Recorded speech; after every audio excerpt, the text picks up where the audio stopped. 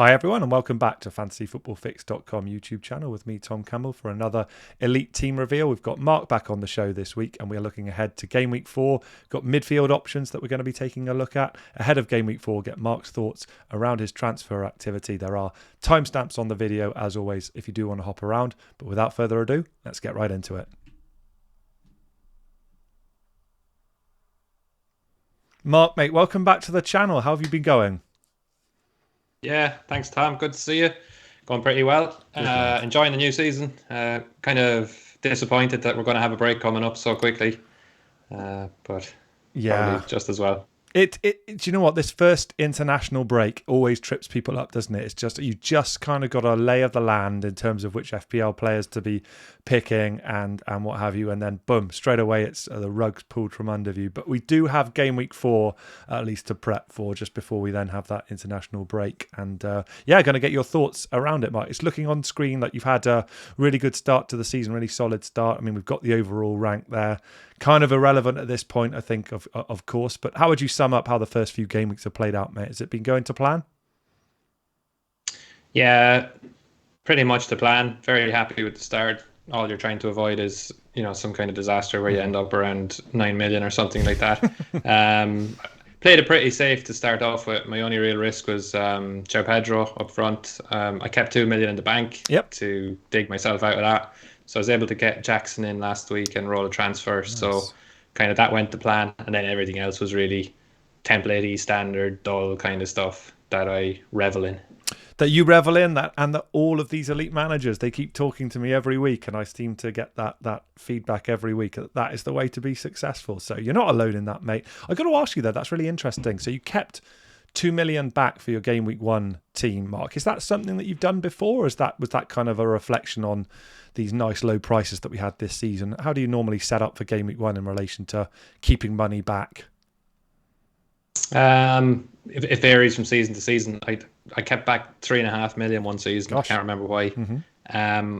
Usually I'd keep 0.5 at the very least, but this season was kind of set up nicely. I was going to get Gabriel Jesus. I was going to get Mbumo, and then when he got injured, I didn't fancy Watkins too much, and I thought I'd have a punt on João Pedro. Mm-hmm. So that's how I ended up with that money. I knew I'd probably most likely need to get out of jail.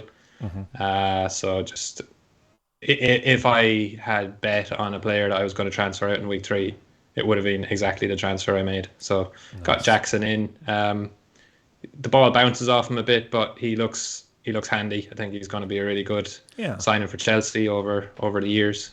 Okay, well, we'll get into talking about Jackson and I'm sure Chelsea as well, Mark, in a moment, obviously ahead of a nice upcoming fixture run as well, and we'll take a look at the team as well. So going to ask you just now then, Mark, obviously we've got millions of players logging on. Does the goal still remain for you, an elite manager? Is it still top 10k that you're targeting as a kind of good season? Is that still the benchmark for you?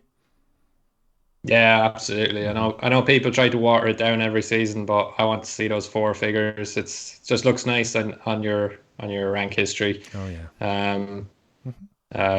Other than that, don't really mind where I end up. Good man. All right, so top 10k is the focus, and obviously, guys, if you're not already, I would encourage you to head over to fantasyfootballfix.com to get Mark's blogged thoughts ahead of his transfer plans week to week over at the elite section on fantasyfootballfix.com. It's a great section, and we can all pick up from how Mark and the other elite managers are thinking. So without further ado, we'll get into Game Week 2. It's already in the rear view mirror. It's quite nice to be recording this on a Tuesday rather than a Sunday, so we've actually got the full game week's worth of data and all of the points updated. Let's see how Mark's team shaped up for Game Week 2. For Game Week 3, excuse me.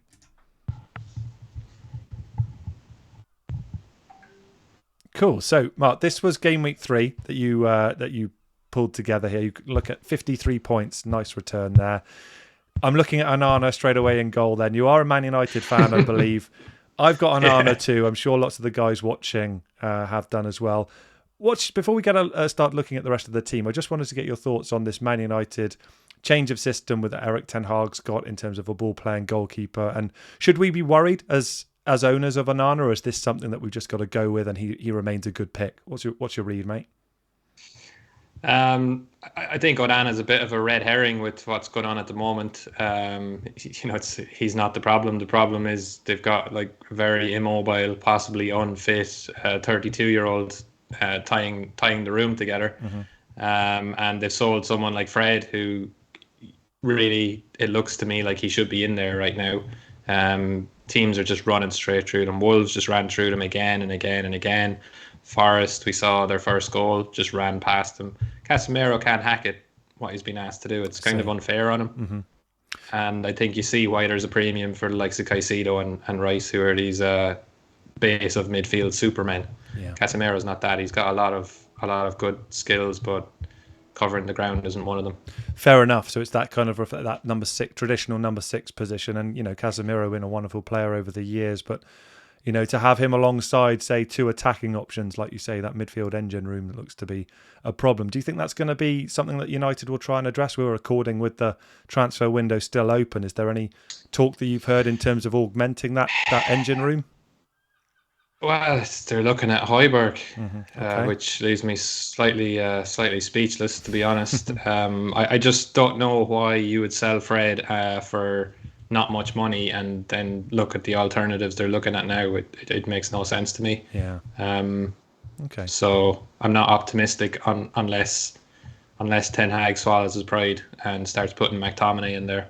I think they're going to be shaky at the back. Interesting. And you as an Onana owner, I'm presuming actually from other FPL managers who may have United defensive coverage, you wouldn't expect elsewhere to really be different personnel with Luke Shaw now injured. So is it something that you sort of think actually a luxury transfer down the line? You might say, do you know what, enough's enough and there are better options? I was thinking about this before the video, Mark, in terms of are there any great goalkeeper shouts outside of the 4 million options is where I was leaning. Do you think that could be something you'd look at? I don't think so. Not this side of the wild card. If you look at the rankings of the goalkeepers, it's not like there's one really outstanding candidate. Vicario has done well, but who's to say that's going to carry on through weeks 6 and 7? I think the best bet was probably Ederson. He's done exactly what you would have expected him to do. But I don't think it's worth the transfer really if you're going to wild card in the next 5-6 weeks. It's just not. No. You just hope for a haul from Onana. Maybe you don't know what can happen in any game. Yeah, true. All right, mate. That's enough on goalkeepers. Not the most fascinating one. We are obviously going to talk about your transfer plans on the next slide anyway. But looking at through these points then, so the defence was a little bit quieter than historically we've seen over the 2 game weeks prior to that. Anything we should be worried about with Estupiñán? Obviously, really well owned. Brighton do look a bit porous, but he's so attacking. Are you still really comfortable with Estupiñán keeping a slot in the team for you?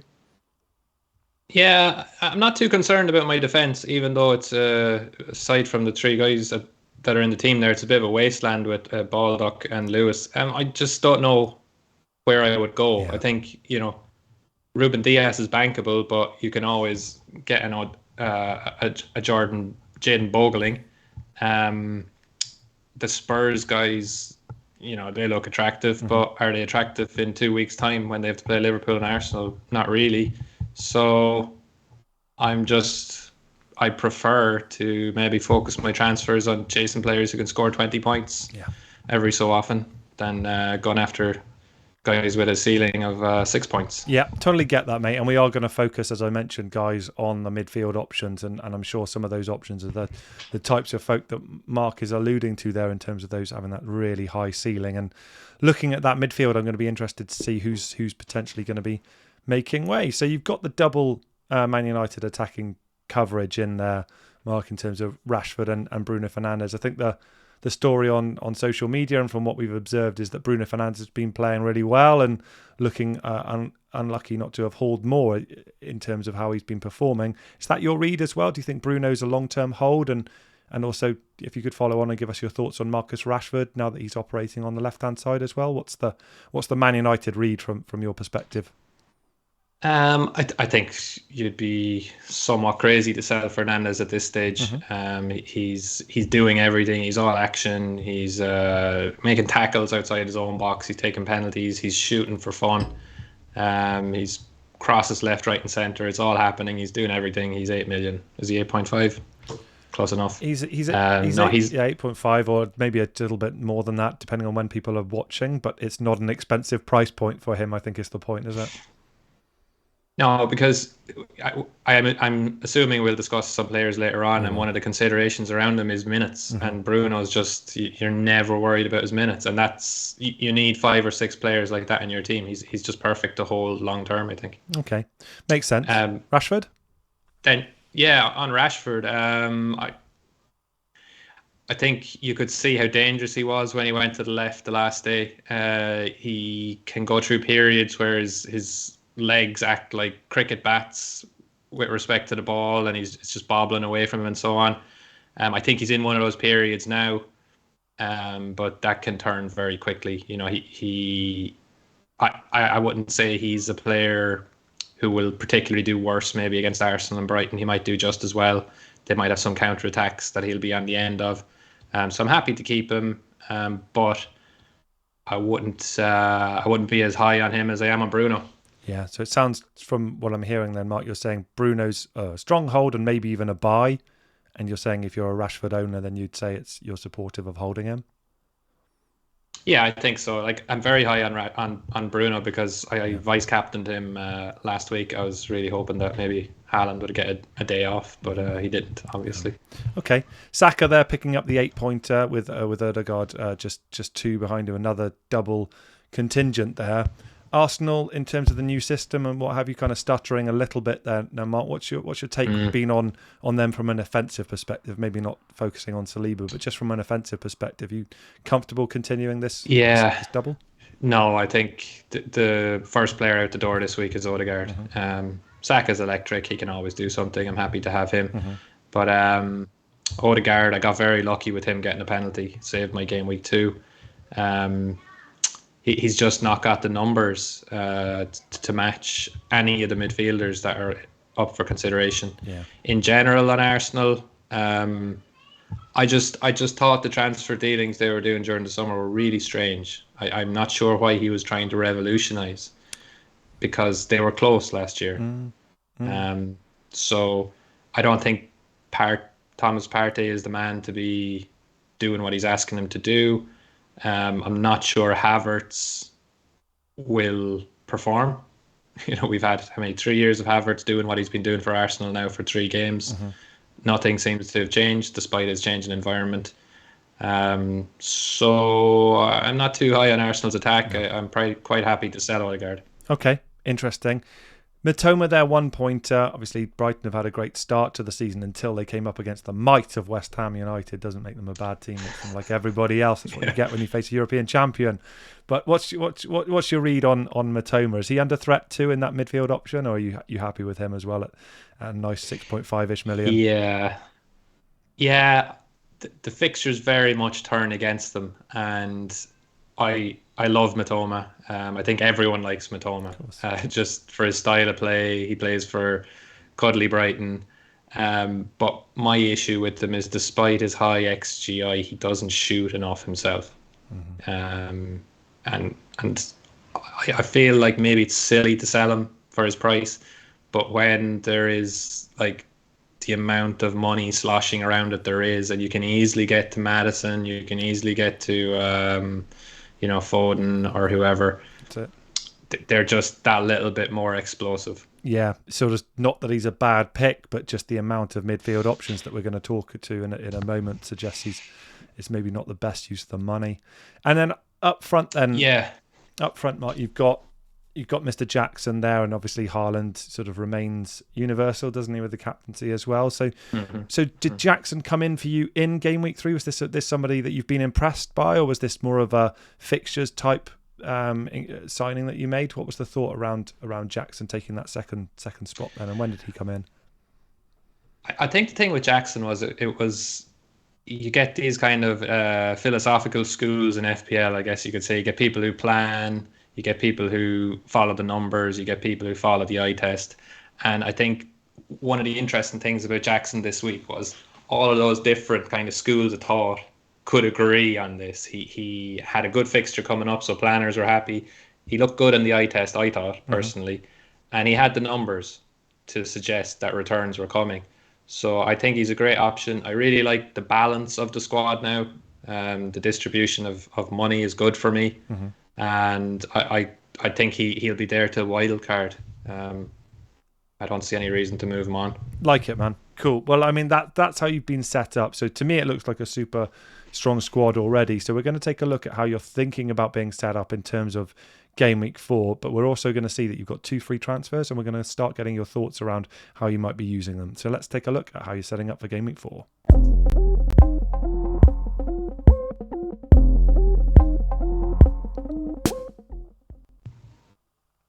Cool. So you and I were talking off camera just before recording, and it is so cool to see a Sheffield United graphic coming up in this slide for the first time, possibly the only time, and already there's a doubt, isn't there? But all eyes on Baldock here, Mark. I've got to ask you, how excited are you about the prospect of starting Baldock in Game Week 4? And let's hear the bigging up of Baldock from you. I'm almost 100% confident that Baldock is going to provide this season's Matt Lowton moment, where you bring him in for 1 week because you have to, and he scores a thunderbolt. I was 100% confident about that before I read about 10 minutes ago that AEK Athens are trying to sign him. No. Which, yeah, disaster strikes. Okay. Well, let's assume he plays. If he stays, Mark, this is cool to see there. So you're thinking he gets the nod over Saliba. I mean, it's a cracking shout. What is it about Baldock? To the lesser informed, what is it about Baldock that appeals? Is it simply the word Everton? Yeah, well, I think he might be a little bit out of position. I haven't watched too much Sheffield United. I won't lie. So it's partly that maybe he'll play high, and then partly that he's at home to Everton. Everton have not scored, but they have accumulated a nice amount of XG. So I wouldn't do them the disservice of saying they have no chance of scoring. But United might do well against Arsenal. Maybe they won't. I could get there and decide to play Saliba, but I think it's a nice chance maybe to get a few points that other people don't get. But I think this kind of leads into my transfer plans. Yeah. With 2 transfers, I kind of have an option here of maybe making 2 midfield transfers to get the kind of current favourites, or I can go for a little bit of depth and maybe upgrade Rico Lewis. So that's really the 2 big questions I have are, which midfielders do I want to get? And then do I get 2 midfielders, or do I go for a little bit of depth in the squad? If Baldock goes, Lewis continues to not play, and Cameron Archer takes Osula's place, I have a non-playing bench. Yeah. So I've got to be careful about that. Yeah. Fair enough, mate. And we'll look at the midfield options in just a sec then. So you've talked about the prospect of using those 2 free transfers. Any thought that the squad actually could see you taking a -4, or is that at the moment taking the Carabao Cup into account? Let's assume everyone comes through unscathed. Any plans or thoughts around potentially the fabled mini wild card, or is the squad too strong for that right now? I wouldn't rule it out. I think you have to temper any urge to do something like that with the fact that it might only be for 6 weeks, 5 weeks. And if it looked like I was heading towards having 10 players, then I probably would do it. But I'm not sure that the defensive options are there to guarantee me getting 4 points back over the medium term. Yeah. And obviously we mentioned at the beginning of the video, didn't we, as well, Mark, about the prospect of the international break, boo-hoo, upcoming as well. I guess is there a temptation to try and hold that second free transfer and only make the 1 change ahead of Game Week 4 so that you've got those 2 just to react in case there are any shenanigans, new signings with the window still just about open, etc.? I don't think so. I think I'll just try and get some points. With the fixtures in particular for maybe City and Chelsea, maybe I'll just try and get some points rather than holding back. Just try and get some points. This is the advice from the managers. I like it, man. This is where we've all been going wrong, and I think that tends to be a good tactic. Right, we've been threatening this for a while, Mark. We want to talk about these midfield options because there are an absolute plethora to choose from. We pulled together some stats on some of our favourites, so let's take a look at some of those options and get Mark's thoughts ahead of Game Week 4 and which ones to select.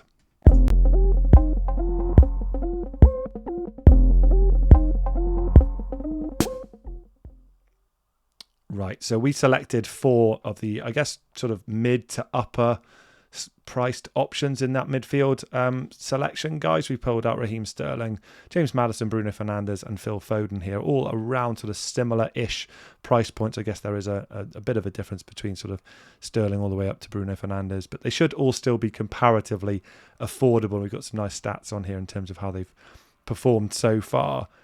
We know that Fernandes is already in your team. Mark, you've got no intention of disposing of him. These other options look good, don't they? So which one are you leaning towards as your favourite of these picks then, mate? That's a really tough question. It changes by the hour, okay. Depending on how I'm feeling. They all have their pros and cons. And I wouldn't... I think it's very... I hate when people say it, but this is very team dependent. Okay. I think if I didn't have Jackson, then I'd certainly get Sterling in. Mm-hmm. And what works against Sterling is the fact that I have Jackson. Yeah. And also, I'm not so sure his output has been so fantastic, as you can see there on that graph, if you compare it to Bruno, for example. And the first goal that he got against Luton was really special, and he's unlikely to reproduce that kind of goal. It's the second goal that you're more interested in, where you can imagine this happening again, the squared ball that he side foots in. And I don't know if I'd want to double up on Chelsea attack on the back of them playing Luton. Yeah. I think that's something to be aware of. Were Luton so naive, and I thought it just looked like Chelsea were just able to do training passing triangles around them at times. I'm not sure they were up to it. No. So that makes me hesitant on Sterling. Foden, I'm always getting myself in trouble with Foden. He derailed my season last year before Christmas, but the reason you go for Foden is just the upside is massive. Yeah. He scored a hat-trick in a Manchester derby last year. If he can do that kind of thing, the sky's the limit for him. Yeah, I mean, he was sickness bug as well and hadn't trained, and then to come off the bench, and fortuitous assist, of course, but he looked good as well, even in that cameo, didn't he, Mark? It looks like it could be his season, doesn't it? It does look like he's ready to thrive. Yeah, I think we don't know how it's going to play out with Doku. We don't know where it's going to go with the rotation and that, but it does look like a slight change in role for him might be fruitful for him. He's very very attractive to me right now. Fernandes, I know I talked very well of him earlier on, but if you're in the position where you're wondering which of these guys to buy, I don't think I'd buy Fernandes right now. They play Arsenal this week, then they play Brighton, so he wouldn't be my favourite to sign out of these 4. And the one we haven't spoken about is James Maddison. Yeah. And Maddison's like Bruno, he's just everything in attack. If you watch Spurs, he's just everywhere doing everything, and he kind of feels like a little bit of an old school number 10, where he's allowed to dictate the attack. And I know he's more or less an 8, but he just feels like he's everything to that Spurs attack. And there's 2 things about him. The first is, what is the output of that Spurs attack overall? And then, do you consider that he can break through the games against Liverpool and Arsenal? If you're comfortable that he can perform in those games, I think he's the one to get. Interesting. So I think it'll depend on how I feel on Friday afternoon. Usually with Friday deadlines, everyone's always pretty giddy because they're finishing work or whatever, and that's what leads people to getting Sterling last week and that kind of thing. So I think what I should do this week is get two of these guys in for Matoma and Odegaard. Yeah. And to hell with my defensive depth idea. I wonder on Maddison as well, Mark, whether or not there's any possibility, get into your thoughts as well, could he possibly even find himself on penalties? Yeah, the thought crossed my mind. I think it's really realistic. And he went through a stage last season where free kicks were like penalties to him. Yeah. He was defying all odds with his set pieces.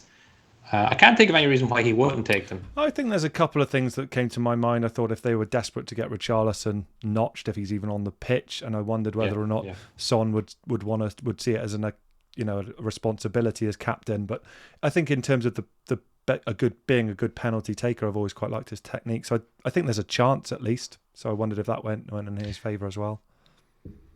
Yeah, I think it says a lot that I had entirely forgotten about Son in this conversation. Yeah, yeah, and I think he seems to be playing okay from an eye test, but goodness me, he is wide in this and setup, isn't he? I mean, you made the point earlier, Mark, about the minutes as well, and look at that 270 already for Fernandes there across the 3 game weeks that have already gone. You're just going to expect that to continue pretty much irrespective of form, right? He just seems to play every minute of every game week, right? It's just a minutes monster.